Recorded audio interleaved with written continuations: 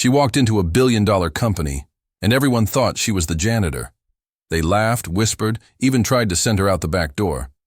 But what they didn't know? She was the new CEO, and she was about to change everything. Before diving into the story, comment where you're watching from and don't forget to subscribe so you won't miss the latest stories. "What is she doing here?" whispered a sharply dressed receptionist as a young woman stepped through the glass doors of Tinsley Enterprises, one of the most powerful companies in the country.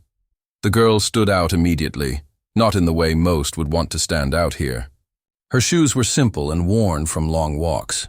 Her oversized coat looked more functional than fashionable, and the old leather handbag slung over her shoulder had seen better days. She didn't look like a lawyer. She didn't look like an executive. She didn't even look like someone who belonged in this building. But she stood tall. Her name was Alana James, 26 years old, with a quiet confidence that only deep struggle can teach. She offered a soft smile and greeted the security guard at the front with a southern accent that rolled like molasses. "Good morning, sir." A few staff members nearby glanced at her and exchanged knowing looks. One of them, a man in a navy blue suit and shiny Italian loafers, barely glanced up from his phone and muttered, "Deliveries go around the back." Another young woman in heels and a pencil skirt laughed and added, "She must be someone's assistant, probably lost." Alana heard every word. She could feel the looks. She caught the fake smiles and side eyes as the front desk buzzed with whispers and stifled giggles. But she didn't react. She didn't roll her eyes or try to defend herself. Instead, she just nodded politely and waited. That patience had been earned the hard way. What no one in that room knew, not the receptionist, not the assistants, not even the managers passing by, was that Alana wasn't here for an interview. She wasn't lost. And she certainly wasn't delivering coffee. She was their new CEO. But they hadn't been told yet. You see, Alana James came from nowhere, at least that's what most people would call it. A tiny rural town in Alabama with more cows than people, and no streetlights for miles. Her family lived in a weather-beaten house with no internet and a roof that leaked every time it rained. Her mother worked 3 jobs. Her father lost his to illness and never got better. Alana grew up wearing second-hand clothes and studying by candlelight during blackouts. There were nights she went to bed hungry. She didn't take vacations or celebrate birthdays with cake. But she read. She studied. She dreamed. While other kids were playing outside, Alana was buried in books she borrowed from a local church library. She worked harder than anyone around her. Not for fame, not even for success, but for freedom. She got into Harvard on a full scholarship. Some folks in her town said it was a mistake. Some even said she wouldn't last a semester.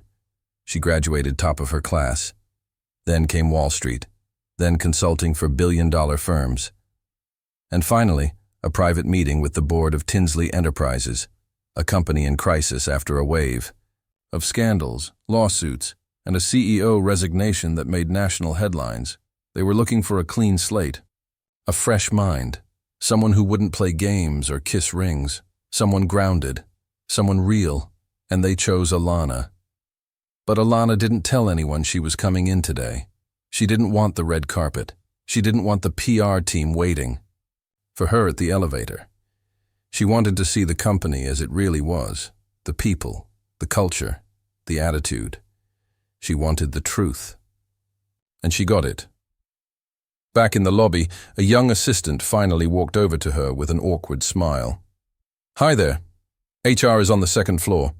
That's where interns check in. I can walk you there if you're unsure." Alana simply smiled and replied calmly, "Actually, I believe the boardroom is on the top floor, yes? I'd like to head up there." The assistant froze. Yes, but that's only for executives and directors." Just then, the elevator doors opened. Out stepped Mr. Granger, the chairman of the board. His eyes scanned the lobby until they landed on her, and then his face lit up. "Alana," he said, walking over with open arms. "We're so glad to have you on board. Everyone's been looking forward to meeting you." He gave her a firm handshake and a warm smile. Then he turned to the others and said, "Everyone, I'd like you to meet Alana James, our new Chief Executive Officer."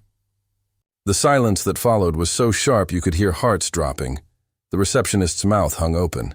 The assistant's eyes widened in horror. The guy who sent her to the back entrance suddenly looked down at his phone like it might save him. Every single person who had judged her in the last 5 minutes stood there frozen, embarrassed, humiliated, and speechless. And Alana? She just smiled again, the same quiet southern smile she gave when she walked in. But this time, it hit different. As she stepped into the elevator beside Mr. Granger, she turned slightly and said in a soft voice, "Thank you all for the warm welcome." The doors closed. The lobby was still in shock. That day, every person in that room learned something they'd never forget. Never judge someone by the coat they wear, the bag they carry, or the way they speak. Because the person you're mocking might just be the one signing your paycheck tomorrow. And for Alana James, the girl from the dirt roads of Alabama, that moment wasn't just revenge. It was justice, what they didn't know, what not a single soul in that glossy office building had even imagined. Was that Alana James had just been named the new CEO of Tinsley Enterprises, and her journey to that moment was anything but ordinary. Alana was born in a town so small it barely appeared. On the map, Lowridge, Alabama, population just under 400, the kind of place where the sun rose over fields, not buildings. Where neighbors waved from porches, and Sundays meant church, not brunch. Her childhood home was a modest wooden house with creaky floors, chipped paint, and no internet. Not because they didn't want it, but because the infrastructure didn't reach that far. Their driveway wasn't paved. It was a bumpy dirt road filled with potholes and puddles after every rain. Her parents were hard-working farmers who woke up before dawn and worked until the sky turned orange. Money was always tight. The fridge was never full. New clothes were rare, and hand-me-downs were more of a tradition than a choice. But what her family lacked in wealth, they made up for in love, discipline, and a belief in hard work. Alana learned early what it meant to sacrifice. She spent afternoons helping her father plant corn and early mornings feeding chickens before catching the rickety school bus. At night, when the power went out, something that happened more often than not, she'd study by candlelight. Her textbooks had torn covers, her notebooks were reused, and her pencils were sharpened down to nubs. But her dreams? They were big. Bigger than any field, bigger than any barn, bigger than the boundaries of her zip code.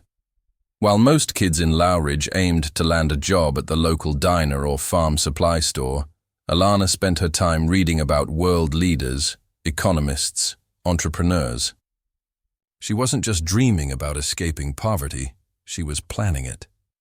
At 17, she applied to Harvard University, a name spoken in her town like a fairy tale.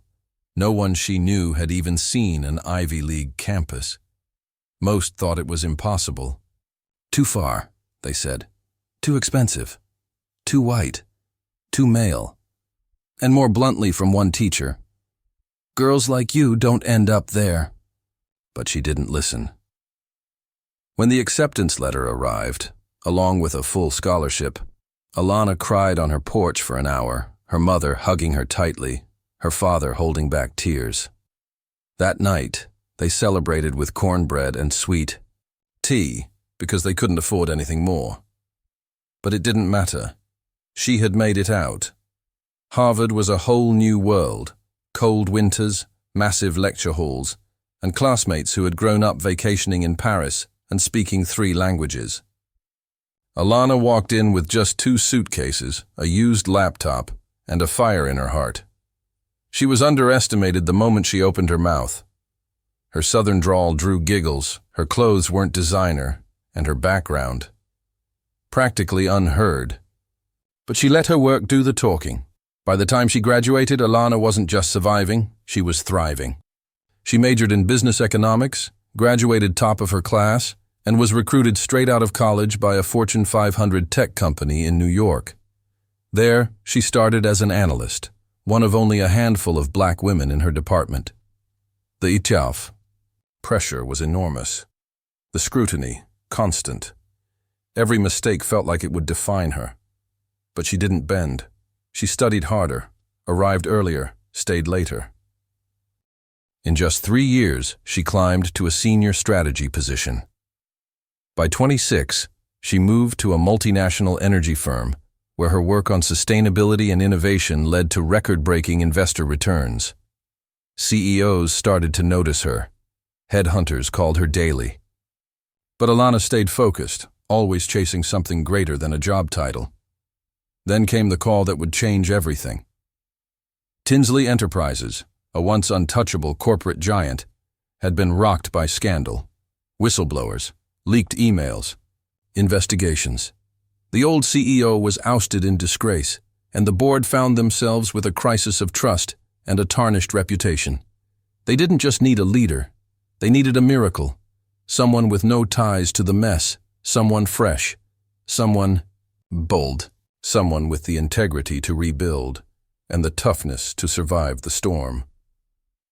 When Alana was invited to meet the board, she walked into a room full of gray suits, suspicious eyes, and hushed doubt.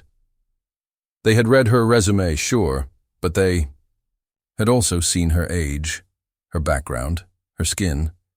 But as she spoke about vision, accountability, sustainability, leadership, they leaned in.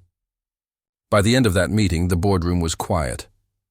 Not because she had failed to impress them, but because they had just realized she was exactly what they needed. They offered her the position within a week. No PR stunt, no diversity checkbox. Just merit. But Alana wasn't going to accept quietly. She didn't want a press release or a red carpet.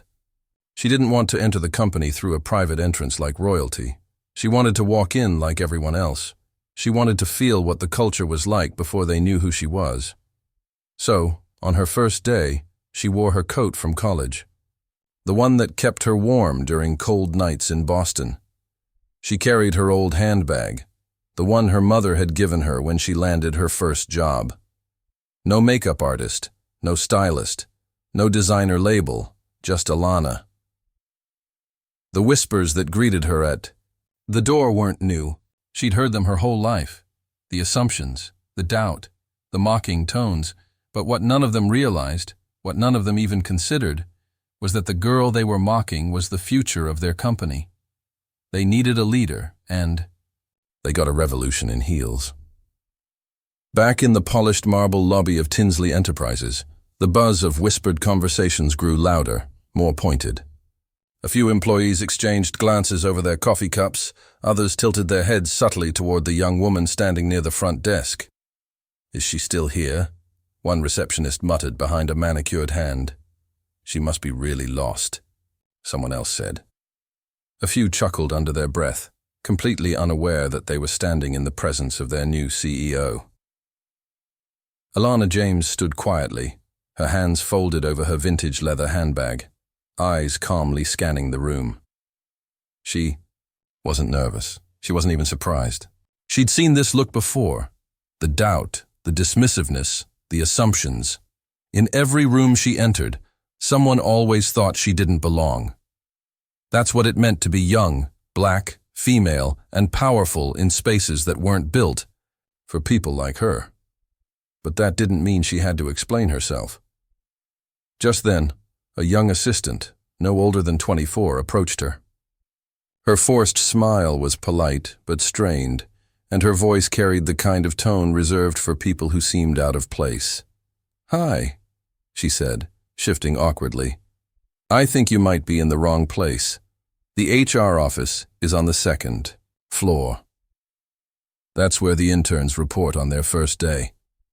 She said it with the kind of practiced sweetness that tried to sound helpful but landed like a warning. "You don't belong here." Alana didn't flinch. She didn't blink. She looked the assistant directly in the eye and replied in a calm, measured tone. Actually, I believe the boardroom is on the top floor. Can you show me the way? The assistant blinked, momentarily confused. Why would you need... And that's when the elevator dinged. All heads turned as the chrome doors slid open, and out stepped Mr. Granger, the well-known chairman of the board, white-haired, impeccably dressed, and respected across the corporate world. His eyes scanned the room briefly, until he saw her. His entire face lit up. "Alana!" he exclaimed, striding across the lobby with genuine warmth. "Welcome, we are thrilled to have you." He extended his hand to her like a proud mentor, greeting an old friend, and Alana smiled as she accepted it with grace and confidence. "I'm excited to be here, sir," she said, shaking his hand firmly. And just like that, silence. Utter, complete, devastating silence. Every whispered joke, every sideways glance, every smirk, every snide comment. All of it evaporated in an instant. The assistant's smile disappeared. Her lips parted slightly, but no words came out. Her eyes darted from Alana to Mr. Granger and back again, trying to reconcile what she was seeing with what she had assumed. The receptionist looked down at her keyboard like it might offer her an escape. The man who had earlier suggested Alana use the back entrance slowly backed away, his face pale, because the truth had just hit them like a freight train. The woman they had dismissed as a delivery girl, an intern, or someone who had lost her, wasn't just someone. She was the boss. Their boss. Alana James, the girl with the simple coat, the southern accent, the scuffed shoes, was now the most powerful person in the building, and none of them saw it coming. As Mr. Granger guided her toward the elevator, he beamed with pride. "The board is upstairs waiting to meet with you formally. They can't wait to hear your vision. We know you're the one to lead us forward." Alana nodded graciously. "I appreciate the opportunity. I'm ready to get to work." Before the elevator doors closed, she turned her head slightly and glanced back toward the lobby. Her eyes swept across the faces of the people who had misjudged her, who had laughed and whispered and categorized her in a box before she ever said a word. She didn't need to say anything more. Her presence had already rewritten the room. But, just as the elevator began to close, she offered a soft, knowing smile and said gently, "Thank you all for the warm welcome." The doors slid shut with a quiet whoosh. The lobby remained frozen in place. No more giggles, no more gossip, no more dismissive stares, just stunned silence. The kind of silence that follows a lesson no one saw coming. And in that moment, every single person who had judged her learned something they'd never forget. Success doesn't always wear designer heels or walk in with a briefcase. Power doesn't always announce itself, and leadership can look like the very person you ignored 5 minutes ago. Alana James didn't need revenge. She didn't need to shame anyone. She walked in with grace, let them reveal themselves, and left with dignity intact. Because true strength doesn't need to shout. It shows up, takes its place, and changes the room just by standing in it. And from that day forward, no one at Tinsley Enterprises would ever forget who walked through those doors, not as a joke, not as a mistake, but as the new CEO. That first day, Alana James walked into the executive boardroom of Tinsley Enterprises with calm, deliberate confidence. The room was modern and cold, decorated with sleek glass, dark leather, and enough ego to fill the city. The long mahogany table was lined with senior executives, most of them older, male, and used to being in charge. They wore tailored suits and stiff expressions, flipping through their tablets as if she wasn't worth more than a glance. But Alana, she didn't flinch. She didn't cower. She owned the moment. As she placed her folder neatly on the table and took her seat at the head, a few whispered comments passed around the room like static. "Is she really the CEO?" one executive murmured to another, eyebrows raised, voice laced with disbelief. She looks like she should be in marketing or PR, another said under his breath, not realizing his voice carried more than he intended. Alana heard it. All of it. She didn't respond immediately. Instead, she calmly opened her folder, looked each person in the eye, and spoke in a voice that was both gentle and sharp, like velvet over steel. I know some of you already underestimated. Me, she said, her eyes scanning the room. That's fine. I've spent my entire life being underestimated. But let me be clear. She paused just long enough for the silence to grow tense. I didn't come here to be liked. I came here to lead. The room froze. For a moment, no one said anything. A few executives shifted in their seats. One cleared his throat. Another tapped his pen nervously against the table. They had expected a figurehead, someone soft-spoken, temporary, symbolic. They were not prepared for a woman who walked in knowing exactly what she wanted and how to get it. From that moment forward, everything changed. Alana didn't waste time. Within her first month, she launched a full internal audit, pulling back the curtain on shady deals, unethical promotions, and outdated systems that had rotted the company from the inside out. She fired 2 senior VPs after discovering backdoor contracts they thought no one would ever trace. It sent a shockwave through the building. No one is untouchable, she said at an all-staff meeting, not even at the top.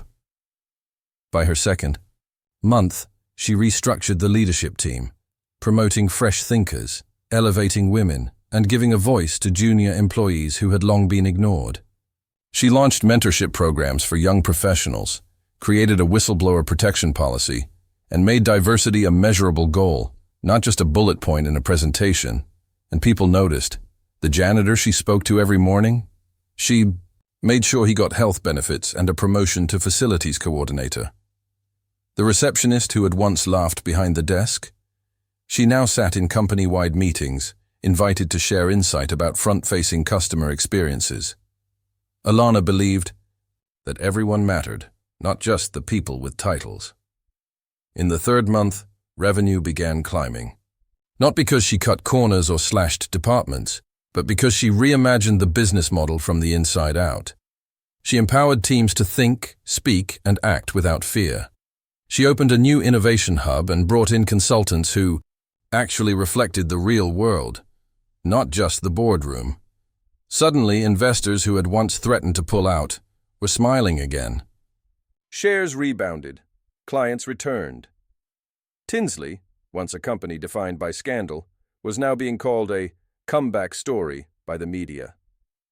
The whispers stopped. The mockery vanished. And in its place, respect. Real, earned respect. People who had once ignored her emails now scrambled to book meetings. The same executives who had rolled their eyes when she entered the lobby were now quoting her in interviews and corporate retreats. Alana James, the same woman they had doubted, mocked, and dismissed, had turned their sinking ship into a thriving empire. But she never gloated. She never rubbed it in anyone's face. She walked through the same front doors every day. She greeted everyone, regardless of title. She held open doors, remembered birthdays, and still carried that same leather handbag her mother had given her. Not because she couldn't afford another, but because it reminded her of where she came from, and while the office transformed, so did the culture. Women began applying to the company in record numbers. So did candidates from historically underrepresented backgrounds. Tinsley became known not just for its turnaround, but for its values. People wanted to work there because of what it stood for. Interns didn't feel invisible. Assistants were treated like future leaders, and every employee, no matter their background, knew they could walk into a room and be heard. That, more than anything, was Alana's true legacy. Not just the numbers, not just the headlines, but the shift in mindset. The reminder that leadership isn't about titles or suits or skin color, it's about courage, vision, and integrity. Months passed. Then a year. Tinsley's profits doubled. Awards poured in. Alana was invited to speak at global conferences, named one of Forbes' most influential CEOs under 35, and profiled by every major business outlet in the country. But the best moment came quietly. One afternoon, as Alana left a board meeting, she passed by the same assistant who had once told her, "The interns report upstairs." The young woman looked up nervously, unsure if Alana remembered her, but Alana smiled. "Thanks again," she said gently, "for pointing me in the right direction that day." The assistant's eyes welled with emotion. You're incredible," she whispered. Alana paused, nodded, and replied, "So are you, oh. Don't let anyone tell you otherwise." And with that, she walked away, graceful, grounded, and unforgettable. Because real power doesn't just change a company, it changes people, and Alana James was living proof. 6 months into her role as CEO of Tinsley Enterprises, Alana James did something no one expected from a top executive at a billion-dollar company. She sat down in her corner office, not with a stylist, not with a script, and not with any corporate polish. She simply placed her phone on a stand, opened the front-facing camera, and hit record. She was wearing that same old coat from her first day, the one people laughed at, the one she refused to throw away. It wasn't just a coat anymore, it was a reminder, a symbol, a piece of her story. Behind her, the skyline of the city shimmered through the tall glass windows. But she didn't try to show it off. The focus was on her, raw, real, and honest. She looked straight into the camera. And in a voice full of grace and strength, she said, "To the young girl watching this from a small town, wearing hand-me-downs, wondering if she matters, thinking she's invisible, I see you." She paused. Her eyes didn't waver. "I used to be you. I come from dirt roads, tin roofs, and homemade lunches. I come from late nights studying by candlelight when the power went out. From walking to school in shoes that didn't fit. From people who told me I'd never make it." Her voice tightened, but she didn't cry. She had cried those tears long ago. "But here's what I want you to know. Your worth is not in your clothes. It's not in your accent. It's not in where you come from." She leaned forward slightly, her voice lower now, more intimate. "Your worth is in your mind, in your heart, and in how hard you're willing to fight for your future." She didn't raise her voice. She didn't need to. The power was in her. Presence. In her truth, the video was only 2 minutes long. She posted it without hashtags, without a team reviewing it, without fancy editing. Just a caption. "This is for the girls who never felt seen." By the next morning, the video had over 12 million views, comments poured in by the thousands. One girl wrote, "I watched this from my bedroom in Mississippi. I cried. No one's ever said this to me before." Another said, "I was going to quit school this week, but now I'm staying. Because if she did it, maybe I can too." Even adults commented, "I'm 42 years old and just started believing in myself because of this video." The media picked it up. Headlines read, "CEO speaks to the forgotten. Alana James breaks the mold again. From dirt roads to boardrooms. One message that changed lives." Some people were stunned by how personal it was. Others criticized it as too emotional, too raw, too unprofessional for a CEO. But those voices were small, because the world didn't need another polished executive in a $5,000 suit reading a PR script. The world needed real. And Alana James gave them real. She didn't post the video to go viral. She posted it because she remembered what it felt like to grow up unseen, unheard, and underestimated. She remembered what it felt like to sit in a classroom and feel like success belonged to someone else. She had lived that silence. And now, she wanted to break it for someone else. Back at the company, employees watched the video in break rooms, on their phones, even during meetings. Some cried quietly. Some nodded with tight jaws. For many, it wasn't just a message. It was a mirror. It reminded them of their own mothers, sisters, daughters, of themselves. And Alana, She didn't change after the video blew up. She didn't start dressing different. She didn't soften her accent. She didn't replace her old coat with a designer brand, because she didn't need to look the part. She was the part, a CEO who walked into rooms where she wasn't wanted, a leader who didn't beg for approval, a woman who didn't conform. She transformed. Over time, she started receiving letters, not emails, handwritten letters. Dozens. At first, then hundreds. From young girls in tiny towns, from women restarting their lives. From men who said their daughters showed them the video with tears in their eyes. One note simply said, "You made me believe I can be more than what they see." And that was Alana's legacy. Not just the company she saved, not the headlines, the stock prices, the awards, but the spark she lit in thousands of people who had stopped believing they mattered. She proved that leadership is not about pretending to be perfect. It's about being authentic, even when it's uncomfortable. It's about remembering the path you walked and using it to build a bridge for someone else. Alana James never forgot where she came from. And because of that, she showed the world what was possible. She didn't wear power like a costume. She embodied it, quietly, humbly, relentlessly. And maybe, just maybe, somewhere out there, a little girl with dusty shoes and big dreams is watching her right now, whispering to herself, "If she can do it, so can I." And that is more powerful than any boardroom. They laughed at her coat, judged her accent, mocked her for looking out of place.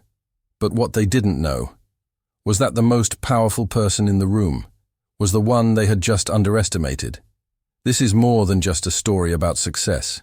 It's a story about resilience, identity, and proving the world wrong.